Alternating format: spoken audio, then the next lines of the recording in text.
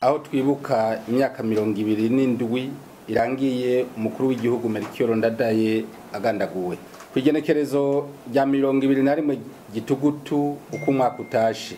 Abarundi turibuka igandagurwa ry'umukuru w'igihugu nyene icubahiro Melchior Ndadaye, incungu ya demokarasi mu Burundi, indongozi bagandaguranywe hamwe n'isinzi ry'abarundi bahitanywe n'ubwicanyi bwaciye bukurikira iryo bara. Nkuko twabivuze aho twibuka igandagurwa ry'incungu yo kwikukira ku Burundi, umuganwa Rudoviko Rwagasore, uyo munsi uzohimbazwa nawo nyene ku civugo ngo tuzirikane imfura z'u Burundi, twubahe na ntaryo Imana mushobora vyose n'indongozi yaduhaye. Ni umunsi wo kwibukana icubahiro cinshi iyo ntwari yitanze kugira ngo demokarasi ishinga imizi mu Burundi, abarundi baronka iteka ryo kwitorera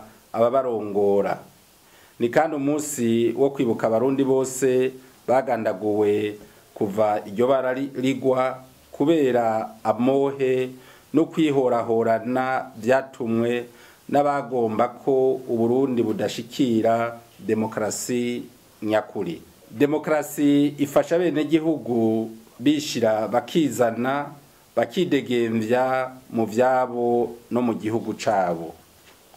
Uyo munsi ushitse mu gihe abarundi baheruka kwerekana ko bamaze kunyugwa na demokarasi, umuhisi nyene icubahiro Melchior Ndadaye yaharaniye mu kwitorera ababarongora n'ababaserukira kuva ku mitumba gushika ku rwego rw'igihugu. Nkuko nyene icubahiro Melchior Ndadaye yabishikirije igihe yarahejeje gutsinda amatora yo muri Ruheshi 1993 ati Rugureshwa Mugina, intsinzi turonse si y'umuntu canke y'umugambwe mugabo y'abarundi bose, kuko ari abana b'u Burundi basangiye impetso ndugaye Twamugina. Niko n'uyu munsi bimeze.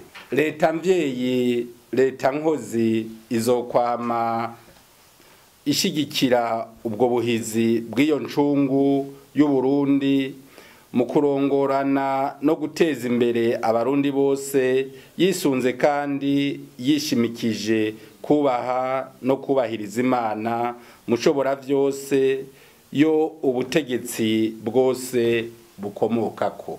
Itariki 21 z'ukwezi kwa gitugutu 1993 itwibutsa kandi intango y'ubwicanyi hagati y'abarundi bwatwaye intwari zitari nke.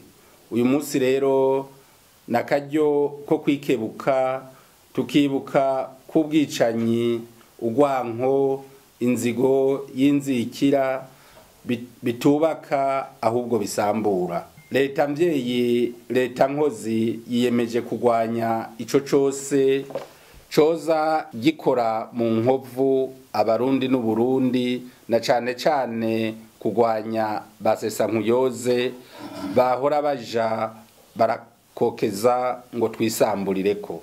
Turabahamagariye rero mwese gukwirikiza akarorero keza ko kurondera ineza y'abene gihugu nkuko nyene icubahiro Melchior Ndadaye yabitweretse, gukomeza ubumwe, gufatana mu nda no kuvavanura n'agatima k'amacakubiri, nizo nzira zizoshikana igihugu cacu ku neza nyene icubahiro Melchior Ndadaye yashakira igihugu cacu. Umwe wese ahaherereye no mu vyajejwe azirikane iteka iyo mfura ya demokarasi yateye igihugu cacu, kugira ngo iryo ragi turigendere, maze Uburundi bwacu buhorana ubumwe n'abagabo, intwari zibutwaye ku mutima kandi zitwararitse imitwaro y'ababubamwo bose. Tubasavye kandi kwama mwubaha Imana,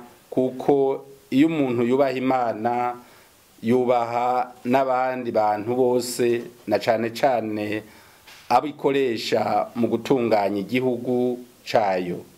Nico gituma uyu munsi wotubera akaryo ko kwibuka no gusonera no kubaha indongozi, nazo zigasabwa kwitaho ineza y'abenegihugu bose. Uyu munsi rero twibukanye n'icubahiro Melchior Ndadaye, ukazohimbazwa mu gihugu cose ejo aho bukera ku munsi wa gatatu igenekerezo rya 21 Gitugutu 2020, ukazohimbarizwa mu makomine yose agize igihugu cacu. Ibirori bizotangurwa n'inkuka z'imisa izotangura isaha 3, hakurikire gushiraho ingori z'amashurwe ku vyibutso by'iyo ncungu, bisozegwe no gutega amatwi be no kuzirikana ijambo nyene icubahiro Melchior Ndadaye yashikirije igihugu mu gihe umugambwe wiwe waruhejeje gutsinda. Bigiriwe i Bujumbura kwa 20 Gitugutu 2020, ubushikiranganji bw'intwaro hagati mu gihugu, iterambere rusangi n'umutekano. Murakoze.